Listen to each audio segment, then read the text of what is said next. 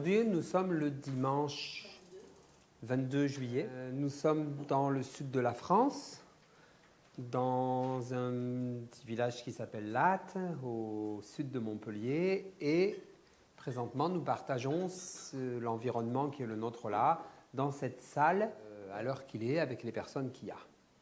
Et moi, je suis dans cette salle, et vous, vous êtes dans cette salle aussi. Et qu'est-ce que je fais, moi, dans cette salle? Je fais une présentation des niveaux logiques, je bouge mes bras, et pendant que moi, je fais ça, il y a Céline qui se gratte, alors que Claire, elle est plutôt en train de boire son café. Donc, nous partageons cet environnement-là, mais dans cet environnement-là, chacun fait quelque chose de particulier, même s'il n'y a pas une grande différence entre ce que chacune vous faites, puisque vous êtes en train toutes d'écouter ce que je suis en train de vous raconter. Et si nous faisons ce que nous faisons dans cet environnement-là, ça veut dire que nous avons la capacité de le faire. Si moi je vous fais une présentation des niveaux logiques, c'est que j'ai la capacité de vous les présenter, j'ai la capacité de marcher, de parler, de moduler ma voix, d'essayer d'organiser, si tant est que c'est possible, regardez la preuve avec toutes les hésitations, de mettre des mots avec des phrases qui ont un sens et de les enchaîner pour pouvoir faire cette présentation. Et si vous buvez votre café, vous ajustez vos lunettes, vous vous grattez la gorge et vous réfléchissez à ce qui vous est proposé, c'est que vous avez des capacités, des aptitudes pour pouvoir faire ça. Vous avez appris à une époque, vous ne saviez pas boire un café, ça, quand on était enfant, ça partait dans tous les sens. Voilà, Claire, elle a appris aujourd'hui, grâce à cette aptitude, elle peut boire son café sans s'en mettre partout. Voilà. Et encore que, quelquefois, il peut y avoir des petites bougnettes qui se fassent. Donc, nos actions, elles sont toujours dépendantes de nos capacités de pouvoir faire les actions. Et vous êtes capable de faire certaines choses aujourd'hui ici, et moi, je suis capable de faire certaines choses ici, puis il y a des choses dont je ne suis pas encore capable, et vous n'êtes pas encore capable de faire certaines choses. Okay? C'est le même niveau. Alors, un petit peu plus important, c'est que si nous partageons cet environnement-là, si vous êtes ici, c'est que vous êtes venu ici. Et si vous êtes venu ici, c'est peut-être parce que vous cherchez des capacités que vous n'aviez pas jusqu'à présent. Vous êtes en train de chercher des modes de fonctionnement, comment organiser vos projets, comment réfléchir autrement, des choses de ce style-là. Vous êtes peut-être venu chercher des apprentissages.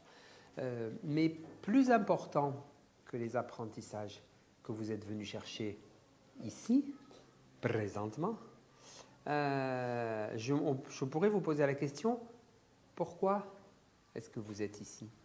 Qu'est-ce qui fait que vous êtes inscrite dans cette formation alors que vous auriez pu dépenser votre argent pour vous payer des transats au bord d'une piscine ou avec des bons bouquins et être tranquille, vous dorer la pilule au soleil. Qu'est-ce qui fait que vous êtes venu ici? Qu'est-ce que vous pensez que ça peut vous amener?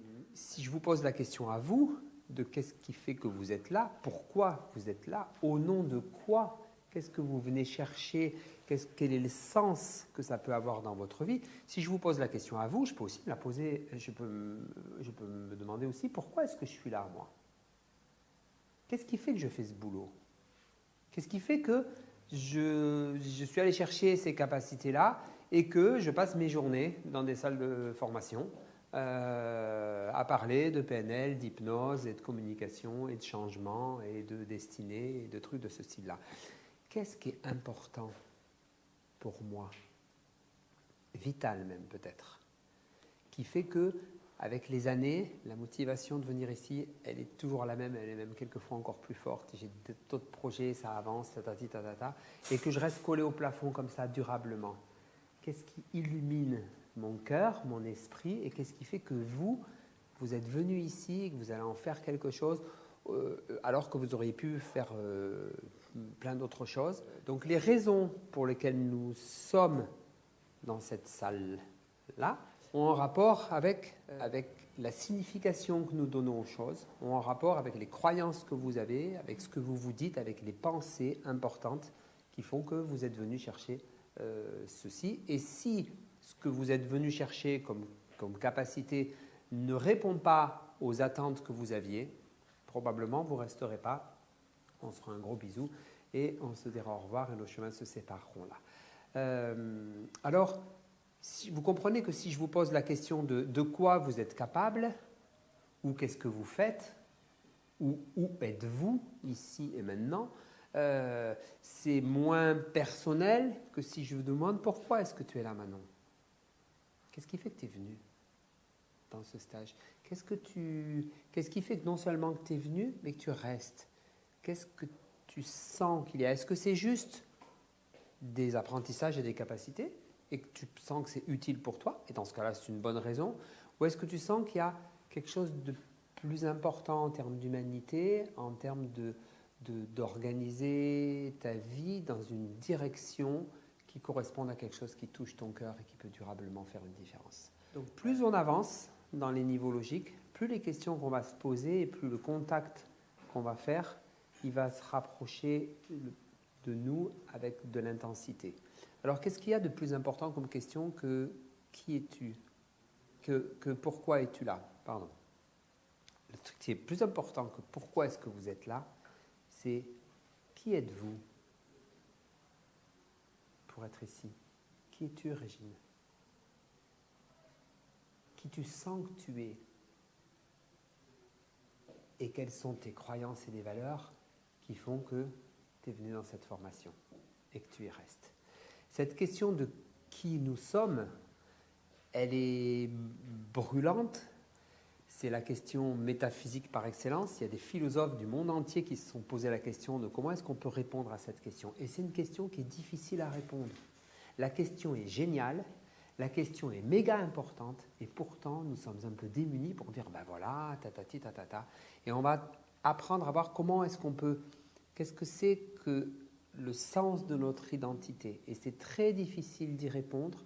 Autant la question est géniale, autant la réponse, elle n'est pas si facile que ça. Et si vous avez l'impression qu'il y a une espèce d'angoisse, de vide existentiel, de mon Dieu, je ne sais pas vraiment qui je suis, alors bienvenue au club, parce que vous ne serez pas ni les premières ni les dernières à ne pas être certaine de pouvoir vous identifier et dire des mots, parce que les mots ici sont trompeurs. Les mots sur pourquoi vous êtes ici, le langage peut nous aider à répondre à quelles sont les croyances que l'on a dans la vie ou qui fait que je suis venu ici. Ok, tout ça, on peut en discuter. Sur le qui je suis, c'est moins facile. Les mots sont un peu trompeurs. Et quelquefois, une bonne réponse, c'est de ne pas répondre avec des mots et de laisser flotter la question et de ressentir qui vous êtes. Cette question de qui suis-je, j'ai dû la travailler en thérapie, moi. C'était une question c'était pas facile.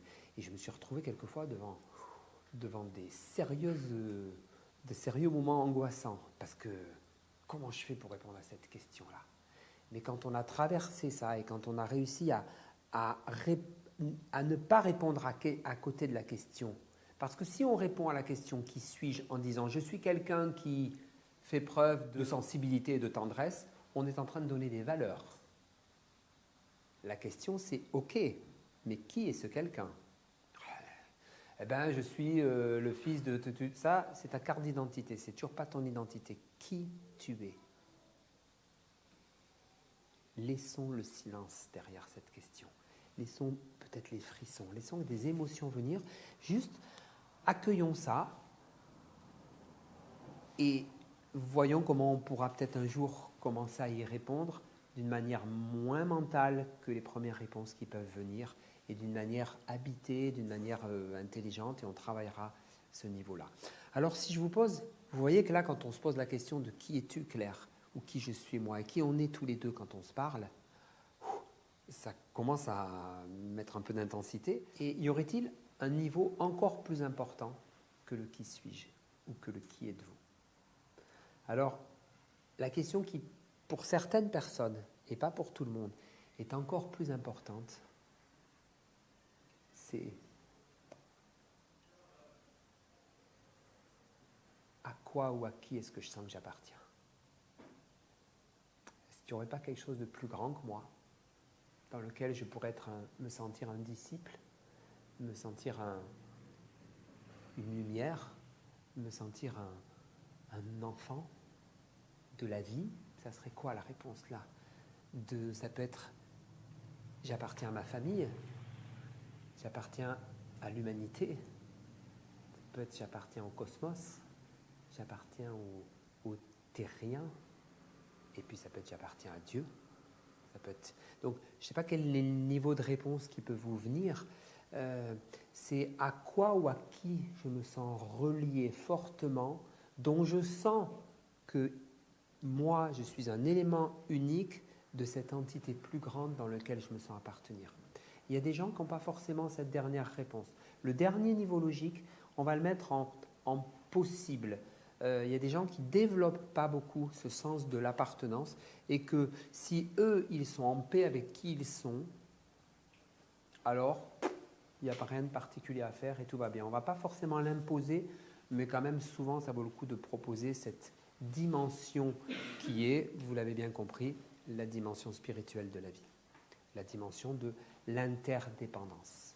La dimension de je me sens fortement relié à mes frères humains ou à mes amis et mes frères les animaux ou la vie ou les arbres ou la planète ou des fleurs et je sens qu'il n'y a pas une très grande différence entre la fleur qui est à côté de moi et moi qui suis là parce qu'on fait tous les deux partie du grand tout qui s'appelle l'univers ou des choses de ce style-là. Donc on va se retrouver avec différents niveaux logiques. On pourrait aussi les appeler les niveaux neurologiques. Ça vient au départ de Gregory Bateson qui avait travaillé ce truc-là et Robert Dills a récupéré les niveaux logiques de Gregory Bateson et il en a fait un modèle extraordinaire. Et c'est lui qui a rajouté le dernier niveau, le niveau spirituel. Donc on se retrouve avec des papiers par terre. Alors je ne sais pas si je vous les mets comme ça ou si je vous les mets comme ça. J'ai une petite préférence pour les mettre vers ici par rapport à comment moi je marche dans l'espace et puis à vous dans votre tête à inverser. Donc là, il y a le niveau environnement. Ça, c'était la salle dans laquelle on était. Voilà ce que vous faites ou ce que vous ne faites pas, vos comportements ou vos actions. Ça, le niveau au-dessus, c'est si nous faisons ceci, c'est que nous sommes capables, nous avons des capacités pour pouvoir faire ceci. Et puis là, c'est le niveau des valeurs et des croyances. Il pourrait y avoir un S, valeurs, croyances et à capacité, à comportement. Par contre, dans l'environnement, ça peut être l'environnement de notre vie maintenant. Mais si je vous demande où est-ce que vous allez aller ce soir ou quand vous rentrerez chez vous et où est-ce que vous allez aller ces 3 derniers jours, vous allez changer. Autant on partage en ce moment notre environnement, mais demain, on ne partagera pas le même environnement. Qui est-ce qu'il y a dans votre environnement de tous les jours voilà, ainsi de suite, ainsi de suite. Donc, il pourrait y avoir des S à tous ces trucs. Par contre, sur l'identité, on pourrait peut-être là ne pas mettre de S et garder une identité. Donc ça, c'est les papiers que Céline m'a passés. Elle a été créative, elle a marqué l'univers, mais elle a déjà répondu. À cause du fait qu'il y ait marqué l'univers, comme je ne veux pas que ce soit ça que vous reteniez dans votre tête, je vais le retourner et je vais marquer ici où vous allez imaginer le mot transpersonnel ou le mot spirituel. Spirituel, ça ne veut pas dire religion. Il y a une différence entre la religion et la spiritualité. Il y en a plusieurs. La religion, elle a des croyances, elle a quelquefois même des dogmes qui sont importants. Et la spiritualité, c'est le sens d'appartenance, c'est le sens de se sentir relié à quelque chose de plus grand que nous. Moi, j'aime bien dire que la religion répond à des questions. La spiritualité pose des questions. C'est pas pareil, c'est une recherche. La religion peut nous désangoisser parce qu'elle peut répondre à des questions. Et donc voilà, après quelquefois, c'est assez proche quand même entre le religieux et le spirituel, mais tout ce qui est religion n'est pas spirituel et tout ce qui est spirituel n'est pas religieux. Les religions sont probablement toutes spirituelles, mais il y a une partie de la spiritualité qui est complètement agnostique et qui est une recherche. Alors, ce qui est génial, c'est que pour chaque mot, il y a plein de trucs. Pour chaque papier par terre, il y a plein par exemple, il y a des questions à chaque fois. Là, c'est la question de où est-ce que je suis, quand est-ce qu'on se retrouve, c'est où et quand, et éventuellement avec qui. Avec qui est-ce qu'il y a dans mon environnement aujourd'hui, par exemple? Ok, donc dans cet hôtel, il y a des clients, ils font partie de notre environnement.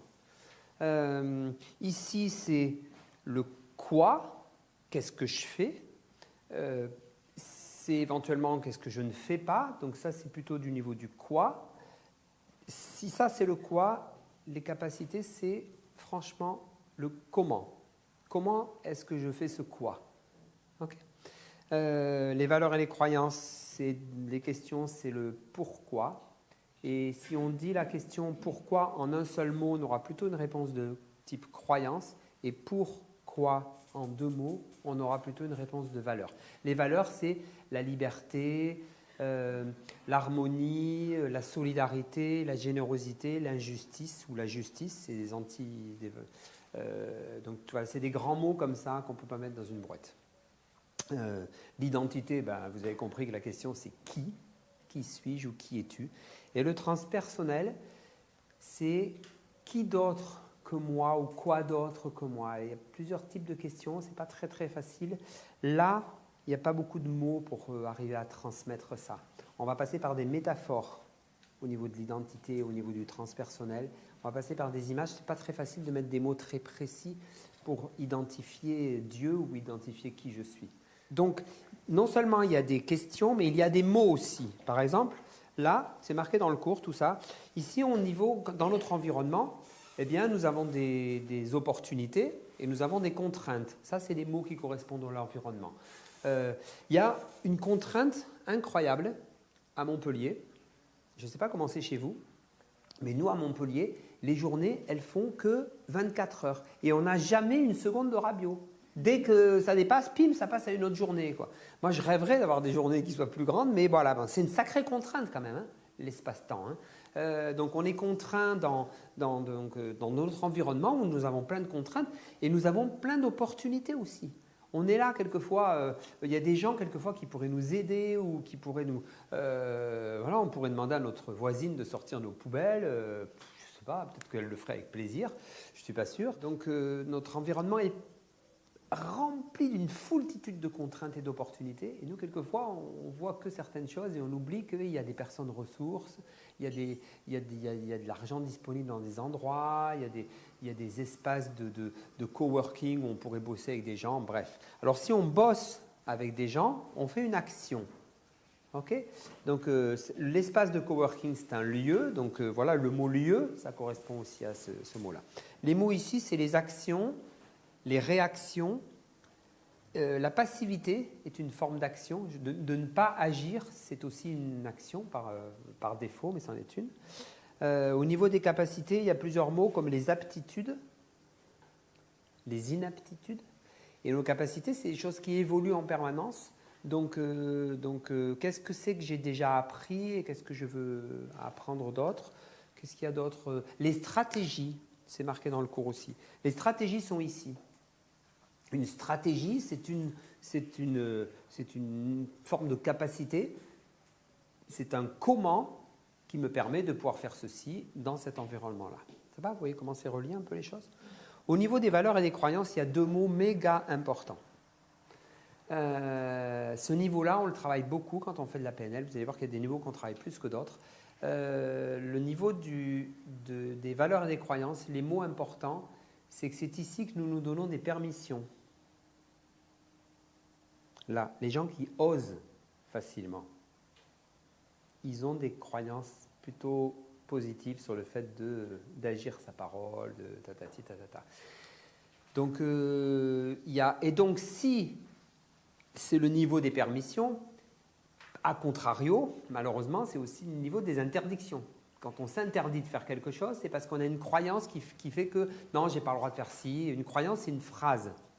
Une valeur, c'est un mot. Donc, une croyance, c'est une phrase comme quoi c'est pas bien de, ou quand on est marié, on n'a pas le droit de je ne sais quoi. Ben voilà, qui peuvent être certaines, on n'a pas forcément envie de les bouger. Vous allez voir que plus on monte là-haut, plus ça sera difficile de faire du mouvement et de mettre des changements. On va voir comment on peut utiliser ça à plein de niveaux différents. Donc ici, c'est le niveau des permissions, des autorisations et donc, à contrario, des interdictions. Il y a un autre mot qui est vachement important à repérer ici, c'est que c'est à ce niveau-là, au niveau des valeurs et des croyances, que se situe la motivation. Vous êtes motivé par rapport à des pourquoi. Vous êtes motivé par rapport à ce qui est important pour vous en termes de valeurs ou de croyances. Donc quand on veut convaincre quelqu'un, quand on veut motiver quelqu'un, il faut aller le chercher là-dessus. Il achète ou il n'achète pas. Et s'il n'achète pas, il va être démotivé. Et dans ce cas-là, franchement, si vous êtes dans une entreprise dont les valeurs de l'entreprise ne correspondent pas du tout aux vôtres et que vous ne trouvez pas à côté dans des équipes, des gens avec qui, si le produit que vous vendez ne vous motive pas, si la manière de travailler ne vous motive pas et si les gens avec qui vous êtes vous sortent par les trous de nez, franchement, à un moment donné, je crois que le mieux, ça sera de dire ciao ciao à la boîte et d'aller trouver quelque chose qui vous éclate plus parce que vous allez… Alors après, on peut y aller, on décide que bon, ok, c'est mon gagne-pain, je fais 8 heures par jour, je ne mets pas beaucoup d'énergie, je n'ai pas de motivation, mais je mets ma motivation en dehors de mon travail.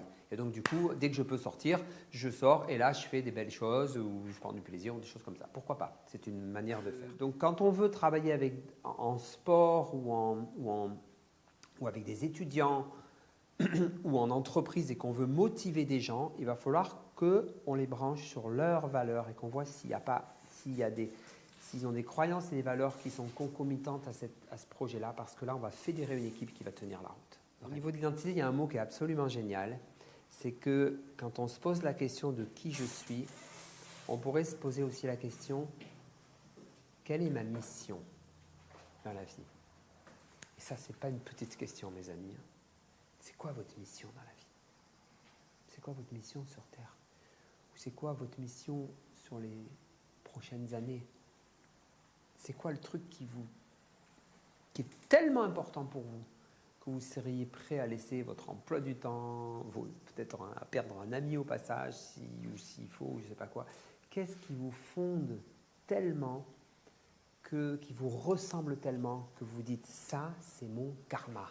Point. Ce n'est pas négociable. Après, je le fais comme ci, comme ça, avec telle personne, dans tel environnement ou de telle façon. Ok, ça c'est des trucs. Mais ces trucs-là, quand ça tape à la porte, ça ne nous lâche plus. Et on ne peut pas faire autrement. Alors, on peut décider de faire le deuil, mais il faudra payer le prix du deuil, c'est ok. Mais dans ce cas-là, c'est qu'on le fait au nom de quelque chose de plus important. Et ça arrive dans la vie. Ça arrive quand on devient parent, par exemple. On peut avoir un projet qui, tout d'un coup, se retrouve avec un bouchon dans les bras. Mais on sait qu'on ne peut pas faire autre chose et autrement que de s'occuper de cet être-là pendant les 20 prochaines années de notre vie. Alors, oui, il y a des choses qu'on va laisser de côté. Voilà. L'idéal, ça serait de pouvoir garder l'un et faire l'autre. C'est jouable, juste que comme on est dans une contrainte, voilà. Alors après, si on a de l'argent, si on a la capacité de gagner de l'argent, on va peut-être se prendre une nounou et voilà, on va arranger les choses pour qu'on puisse faire ceci et faire cela.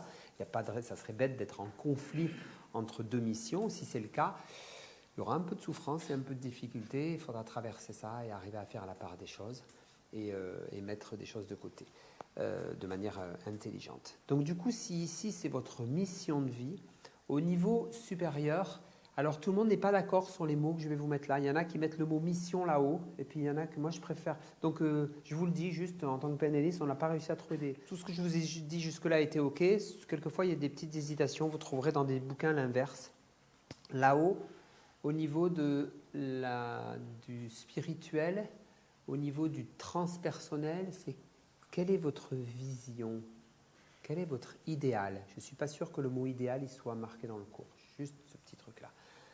C'est quoi votre idéal qui fait que le rêve, non pas de votre vie, parce que ça c'est votre mission, mais le rêve de la société, le rêve d'un monde idéal, voilà, c'est quoi votre vision de ce monde-là?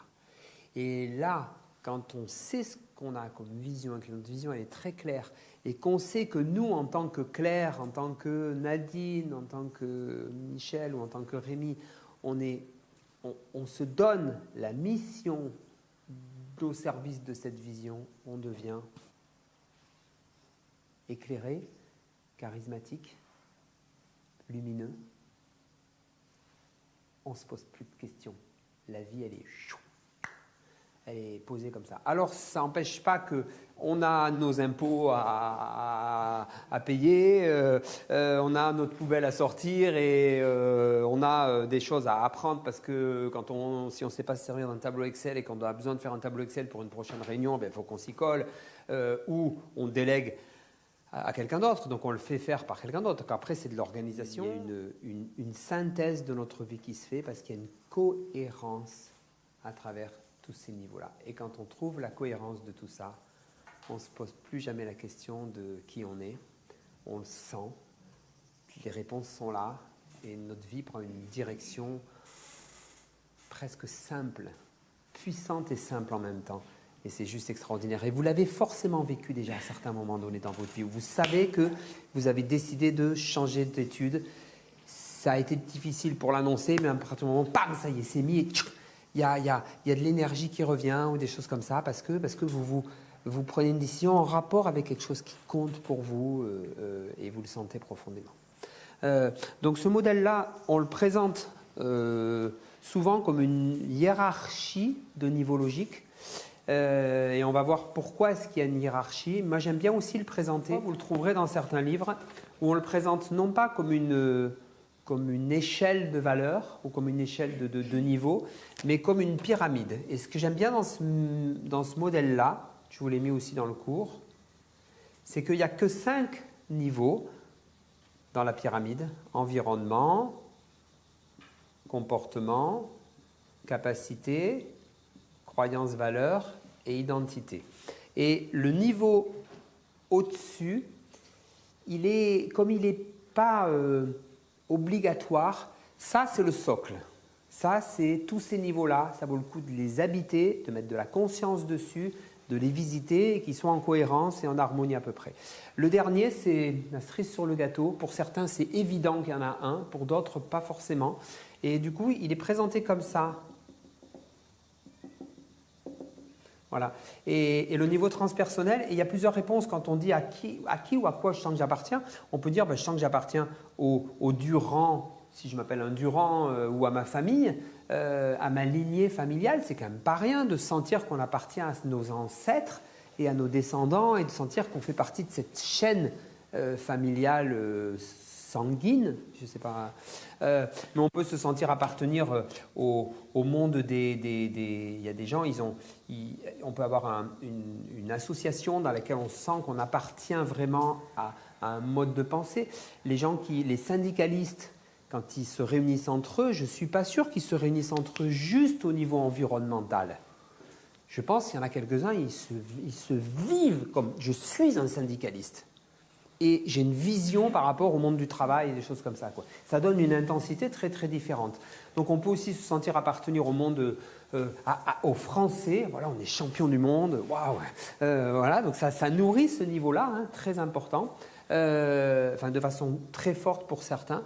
Quand un stade entier chante pour une même cause, pour une même direction, pour une même équipe, ça me fout des frissons parce qu'il y a quelque chose donc quand on réunit plusieurs personnes au nom d'une grande cause, bon voilà, c'est ces niveaux-là. Et puis bien sûr, ça peut être, je me sens appartenir au monde des humains, et du coup, qu'ils soient chinois, africains, américains ou boliviens, c'est mon frère humain ou mon cousin, ou je sais pas, on peut se sentir vraiment proche de ça. Puis bien sûr, ça peut être l'univers, le cosmos et Dieu, et voilà, après vous voyez comment. Donc on peut avoir plusieurs niveaux de réponse, et c'est vrai que si on se sent appartenir à un niveau ici ou à un niveau là, ça ne va pas donner le même type de personnalité, mais voilà, il n'y a pas de bien ou de mal, c'est une histoire de sensibilité, d'ouverture.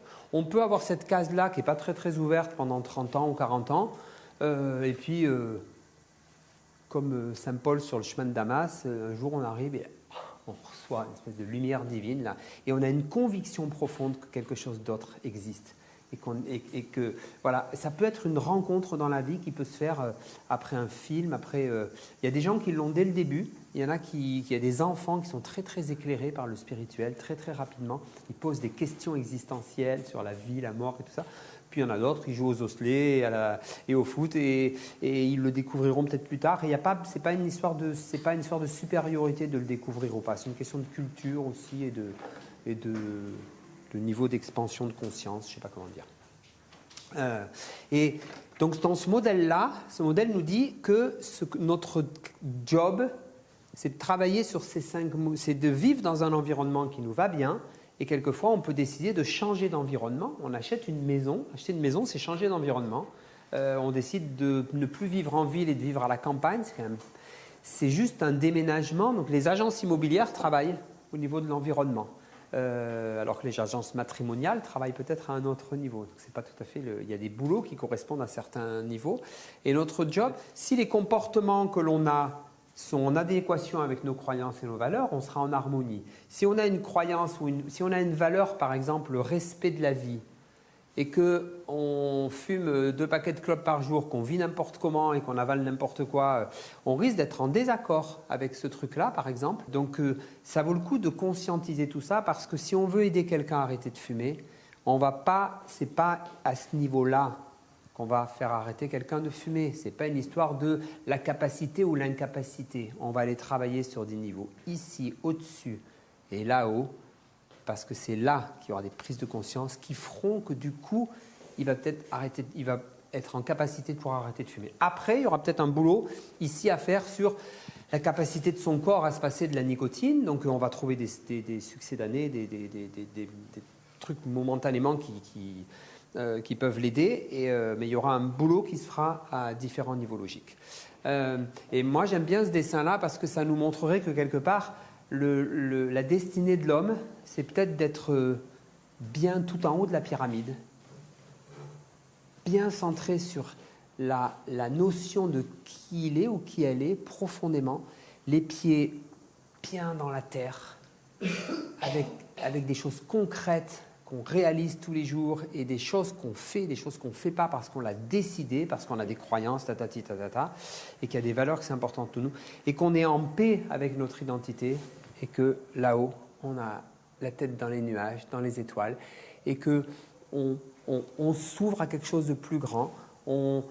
Du coup, on peut se sentir être un canal, recevoir des informations ou recevoir des énergies, et savoir qu'ici, on est solide, bien campé sur Terre et qu'on peut fonder une famille tout en étant quand même là-haut, connecté au mystère de la vie et de savoir qu'on y participe à notre manière. Voilà, ça serait peut-être ça, le destin de l'homme accompli, d'être en paix et en conscience avec tout ce niveau-là. Ça peut demander du travail, ça peut demander quelques années, mais ça peut être une direction de vie qui peut nous occuper un moment. Avant de vous donner les feuilles, je voudrais encore vous donner une information importante, c'est qu'il y a une extraordinaire intelligence dans la hiérarchie de ces niveaux-là. Le principe est le suivant, c'est que si nous avons une difficulté à un niveau, on n'arrive pas à se comporter comme ça, c'est-à-dire que j'arrive pas à mettre mon putt dedans, si je joue au golf ou que j'arrive pas à faire un service suffisamment au-dessus de 170 km/h par exemple. Donc si je n'arrive pas à faire ce comportement-là, il va falloir que je résolve mon problème au moins à un niveau au-dessus, très probablement. Il faudra peut-être faire 2-3 trucs là, mais il y aura une partie du boulot qui sera dans la capacité à servir mieux, dans la capacité à regarder mieux ou dans ma capacité à observer le sol sur un green de golf pour vérifier que pour être capable de voir qu'il penche légèrement comme ça et que donc j'ai intérêt, ma balle, comme elle va faire ça, c'est peut-être une question d'observation et on voit les golfeurs qui sont là, ils s'agenouillent pour regarder comment sont les greens et tout, c'est assez impressionnant quand même, hein, parce que après ils vont réussir leur coup ou pas, et quelquefois il y a pas mal d'argent en jeu. Et donc l'idée c'est la suivante, c'est que si vous voulez résoudre un problème dans votre vie ou un blocage, l'idée elle est d'aller travailler sur l'échelon au-dessus ou peut-être même quelquefois 2 échelons au-dessus pour pouvoir le résoudre.